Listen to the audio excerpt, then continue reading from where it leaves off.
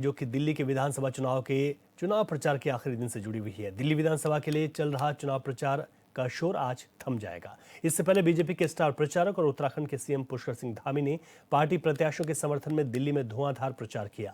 करोल बाग में सीएम धामी ने दुष्यंत गौतम के लिए रोड शो कर जनसभा को संबोधित किया। बीजेपी की उपलब्धियों का बखान करते हुए सीएम धामी ने विपक्ष पर जमकर निशाना साधा। उन्होंने कहा कि पीएम मोदी के नेतृत्व में आज देश तरक्की से कर रहा है और तेजी से आगे बढ़ रहा है। बीजेपी जो कहती है वो करती भी है, जबकि अरविंद केजरीवाल और उनकी आम आदमी पार्टी जो कहती है उसका उल्टा करती है। इसके बाद सीएम धामी ने पटेल नगर में पार्टी प्रत्याशी राजकुमार आनंद के पक्ष में भी रोड शो किया, जिसमें भारी संख्या में लोग शामिल हुए।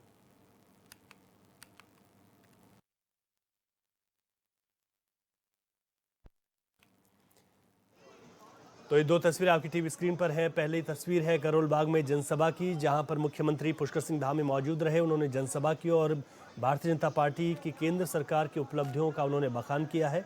दूसरी तस्वीर रोड शो की है, क्योंकि चुनाव प्रचार का अंतिम दिन है। ऐसे मुख्यमंत्री धामी रोड शो में भी शामिल हुए और वहां आसपास मौजूद लोगों से भारतीय जनता पार्टी के प्रत्याशियों के पक्ष में वोट करने की अपील की है।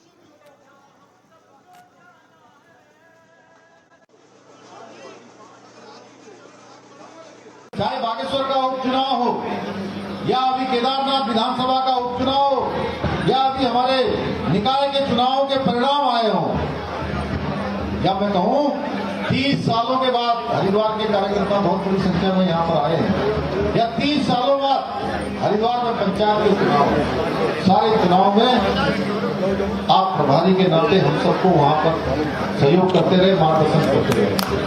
भाइयों बहनों, आज मैं करोलबाग क्षेत्र की देवतुल्य जनता से यह अनुरोध करता हूं सबसे कि आप सब लोग इनको भारी मतों से जिताइए, और आप इनको जिताएंगे तो पार्टी का और इनका जो लंबा अनुभव समाज के क्षेत्र में काम करने का है, वो निश्चित रूप से इस करोल का विधानसभा के लोगों के लिए बहुत काम आने वाला है, बहुत नया परिवर्तन लाने वाला है, जो काम यहाँ नहीं हुए। और वैसे भी आपने देखा 10 वर्षों में यहाँ पर आपदा की सरकार ने जिस प्रकार से यहाँ की सड़कों को खस्ताहाल कर दिया, दिल्ली को प्रदूषण की दुनिया की सबसे प्रदूषित राजधानी बनाने का काम इन लोगों ने किया है। भाइयों बहनों, इन्होंने घोषणाएं बड़ी बड़ी करी, अच्छी अच्छी बातें करी, लेकिन जब बाहर निकला तो उसमें से कुछ भी नहीं निकला। इतने घोटाले कर दिए, इतने घपले कर दिए भाइयों बहनों, चाहे मोहल्ला क्लिनिक का घोटाला हो, चाहे वो बस खरीद का घोटाला हो, पैनिक बटन का घोटाला हो, शराब का घोटाला हो।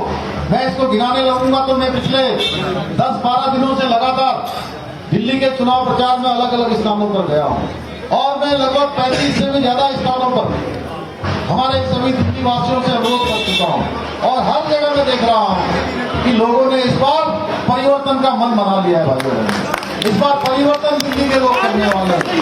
यमुना नदी को मैली से प्रदूषित बनाने का काम उन्होंने किया है। इससे आप सबको तय करना है कि इस बार एक तरफ है मोदी जी, भारतीय जनता पार्टी, दुष्यंत गौतम जी उस कमल के फूल वाले निशान वाले, और दूसरी तरफ है वो लोग जिन्होंने भ्रष्टाचार किया है, घोटाले किए हैं, भाई बहनों तुष्टीकरण की राजनीति की है।